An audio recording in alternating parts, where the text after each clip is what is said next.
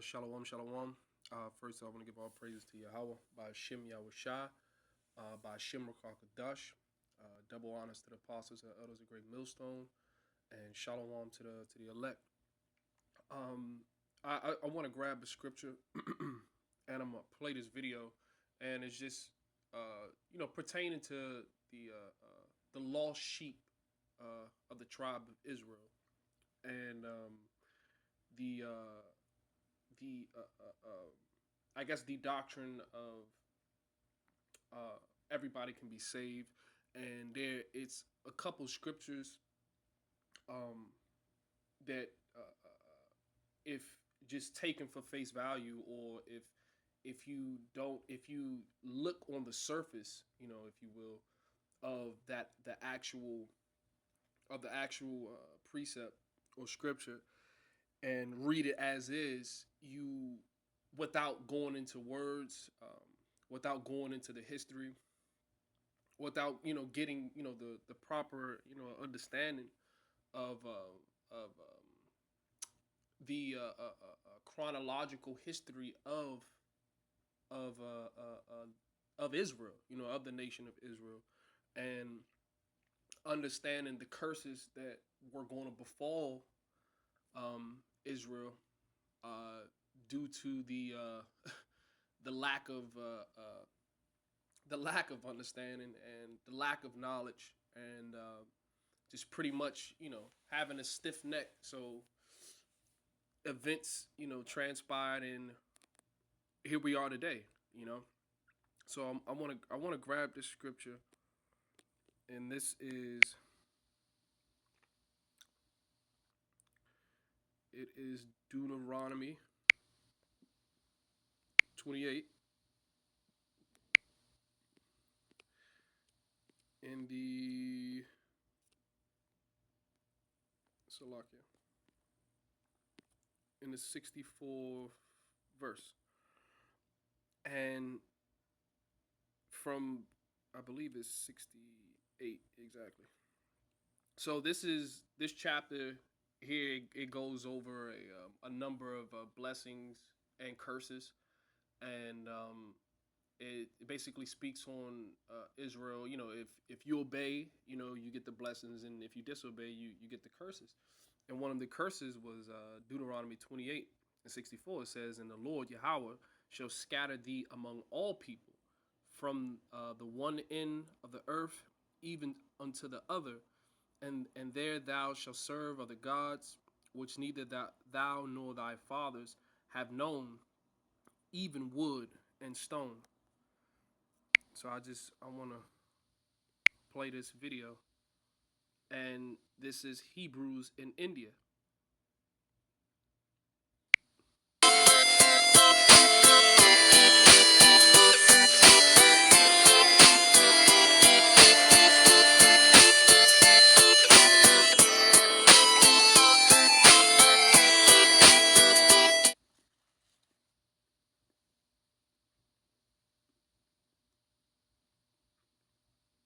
Along the way, I had a fascinating reminder of the connections that have linked countries around the Indian Ocean for hundreds of years. It's incredible. We just stopped to help a rickshaw that's got some sort of problem, and it's loaded with what appears to be black Africans. We're driving through rural India.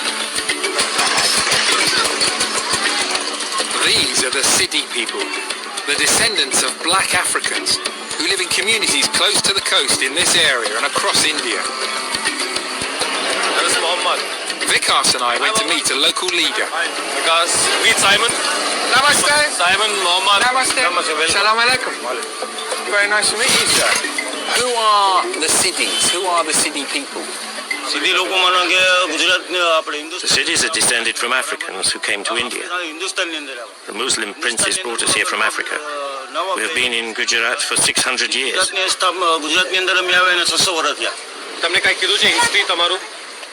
They were brought here as slaves. They were brought here to work because the Siddis are hard-working people.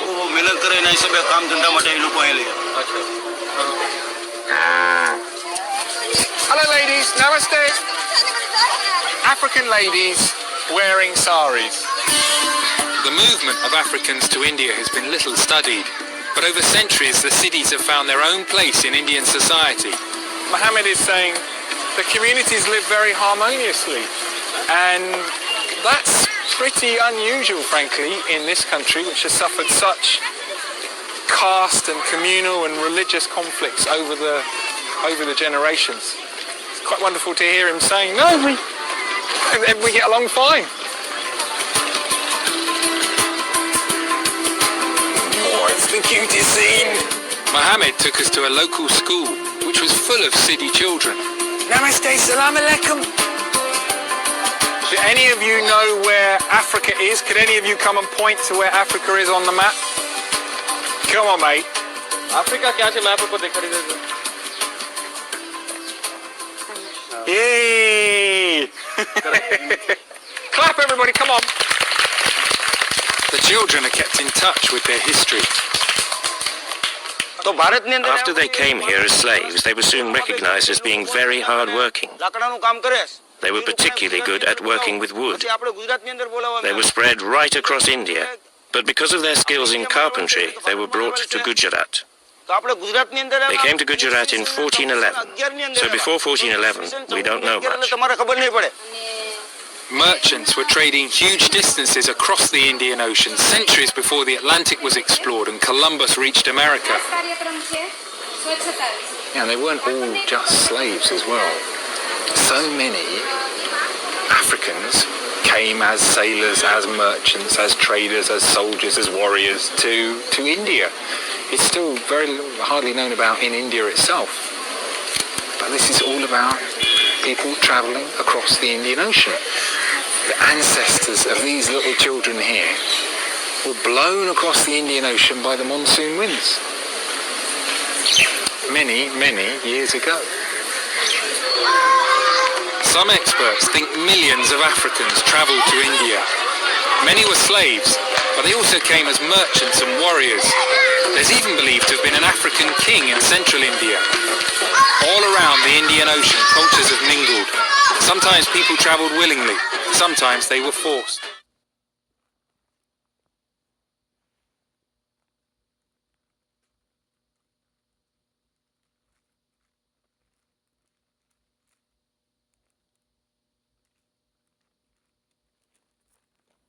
Gone. So, as you can see, it's just one example. You know, Israel. It was prophesied that Salakia.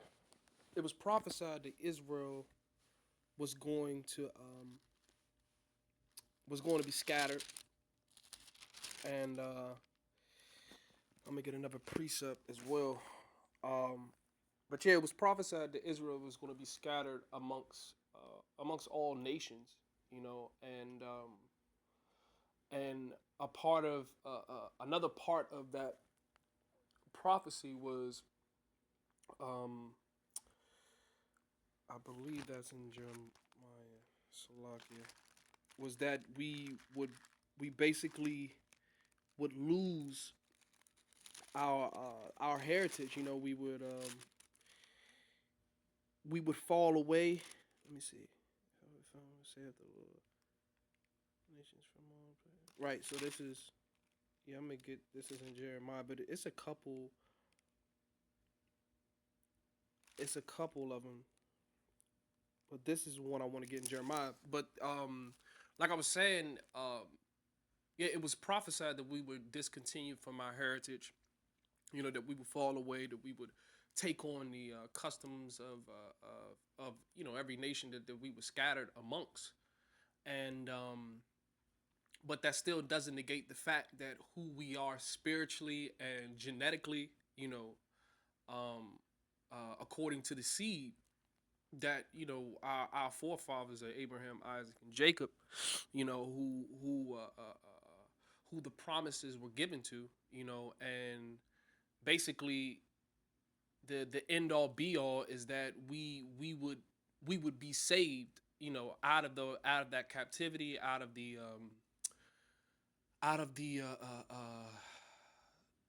I guess the spiritual confusion I would say, not understanding who we are, and partaking in the customs of the heathen, that we were scattered amongst.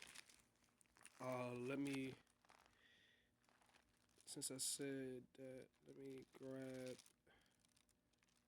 This is just another. I just want to grab another scripture, and this is in Tobit, the 3rd chapter. It's in Tobit 3. Salakia. Tobit 3:3. It says, "Remember me and look on me."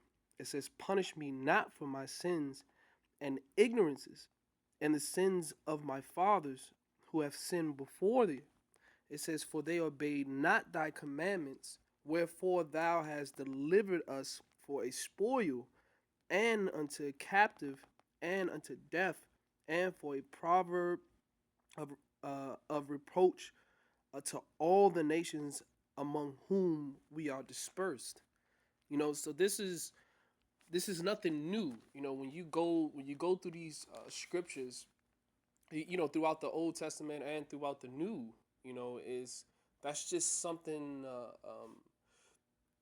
that Israel would go through.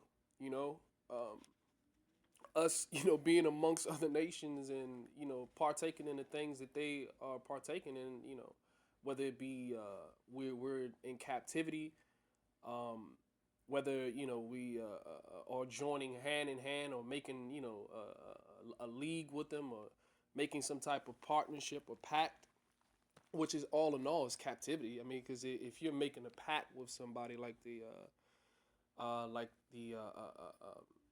in the the first and second Maccabees, with the pacts that were made with the Greeks, you had wicked Israel that forsook the covenant and took on the ways of these heathen, and those men, they had kids, they had children, right? So what do you think their children would be? If they forsook the covenant, of course they would teach their children to, they would teach the children what they wanted to teach them, which is the ways of the heathen. And then that perpetual cycle will continue on, until these, till you have a people that don't know who they are, completely have taken on the customs of another nation, and even in today's time, you have that with the majority amount of people that are here. Like when you look at America, so you have certain Moab or Ammon or Hamitic people or Cushites. These people who come to this land, known as there's the virgin daughter of Babylon, spiritual Egypt, spiritual Assyria, which is known today as America, and they take on the customs of this place, and they totally disregard who they were and or what their family, the customs and things of that nature that they have back home, and they do what it is over what they do in the land that they're in, which is America. Like the saying, when in Rome, do as the Romans. I believe it goes like that. But nevertheless, it's when just to hop back on prophecy, and you have certain individual, you have our nation, Israel, that's scattered amongst the nations, and when you look at like for instance John 3:16, right? So let's just touch on that.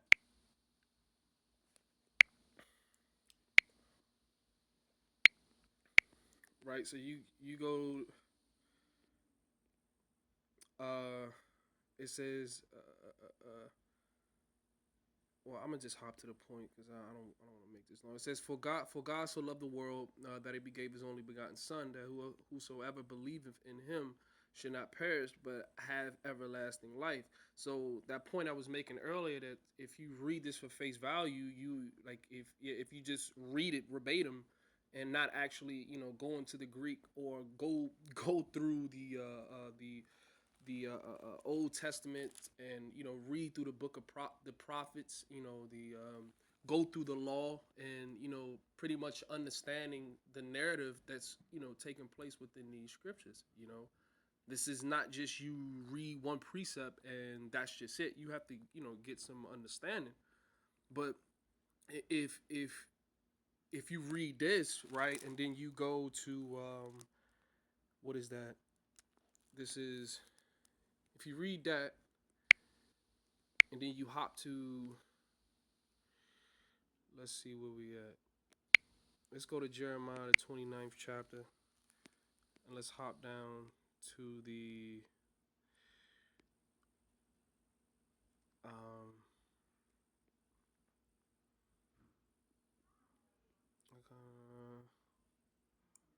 and the time of Jeremiah is speaking about when the Babylonian captivity. But I just want to I'm gonna hop to the point because I don't want to make this long. Verse 13, it says, "And ye shall seek me and find me when ye shall search for me with all your heart." It says, "And I will be found of you, saith Yahweh, why Yahweh Shai, and I will turn away your captivity, and I will gather you from all the nations and from all the places whither I have driven you, saith Yahweh, why Yahweh Shai, and I will bring you again into the place whence I caused you to be carried away captive." So what? Actually, let me keep going. 15, because ye have said that Yahweh have raised us up prophets in Babylon. It says, "Know that thus saith Yahweh, of the king that sitteth upon the throne of David, and of all the people that dwelleth in this city, and for your brethren that are not gone forth with you into captivity." But so the point was in 14, and this is this you know this is going to happen again. This is, and let me see, I believe it's in Revelation. And how you know this is going to happen again is when like I said, when you hop to Deuteronomy 28 and 64, it's it's a multitude of them. You go through Acts, what is that, the 5th chapter, I believe it is. When you had the Jews that came back, and maybe 4th chapter, Salakia.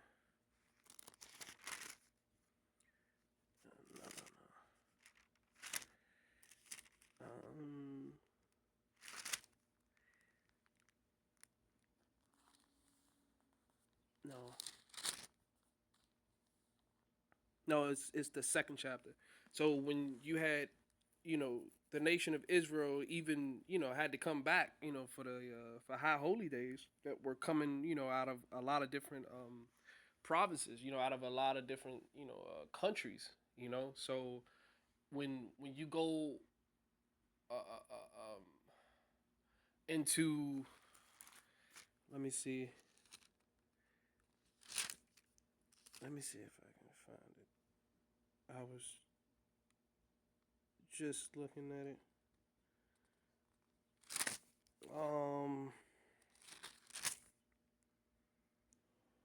You wanna know? Let's just look at that. Salakia. Multitude. Oh shit! I can't record it. Bear with me.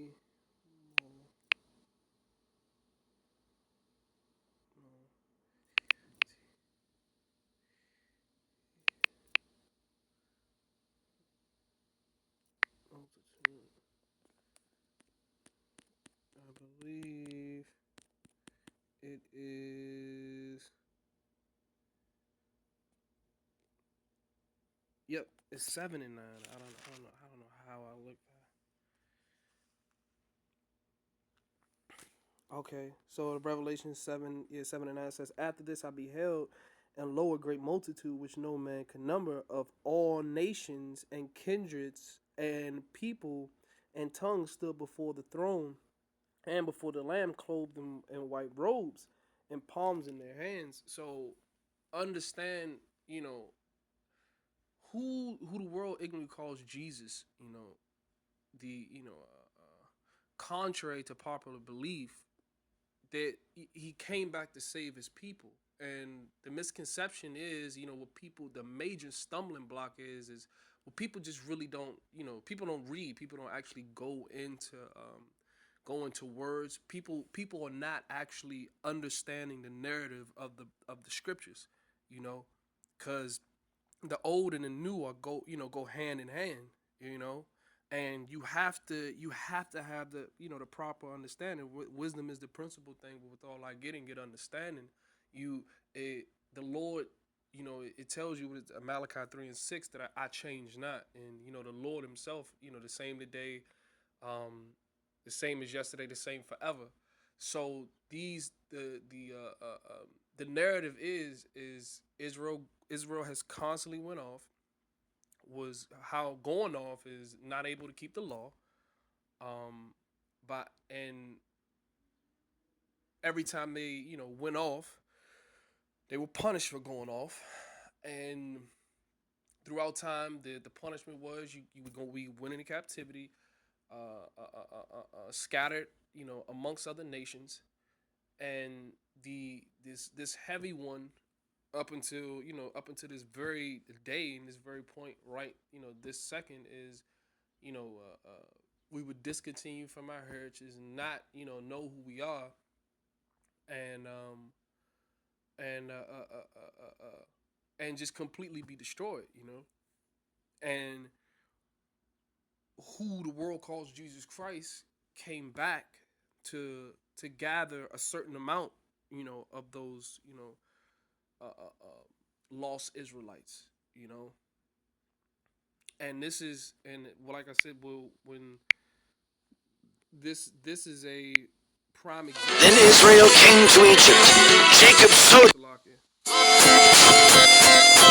So, but this is a prime example.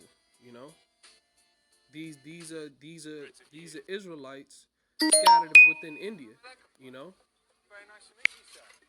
and these, if they're going to be a select number that of the elect that are going to be saved, out of India, whether it be India, Asia, whether it be Europe, Rome, like what, all over the world, and that's what this Revelation 7 and 9 is referring to. Those people of all nations and kindreds of people and tongues stood before the throne. These were Israelites, according to the seed, according to the spirit. That's exactly who they are. Whether they look a certain way, it really doesn't matter what way you look. You understand? So you're gonna have Israelites that come in every shape, form, and fashion. Just to fulfill prophecy, just so this Revelation 7 and 9 can be fulfilled. You know, so yeah, the point is we're scattered. We're scattered all over the place, and the Lord is going to redeem us. The elect first. 144,000, 12,000 out of each tribe, and then you within 1/3. That 144,000 within that that 1/3, which is like 33%, 33.3%. And the rest of Israel is gonna have to be put to death and come back in the kingdom. So with that, man, I don't want to drag on the point. Lord willing, brothers was edified. um yeah, but of course, all praises, and glory goes to Yahweh Bashem Yahushua, Bashem Rakakadash. Double honors to the apostles and elders of Great Millstone, and shalom to the elect.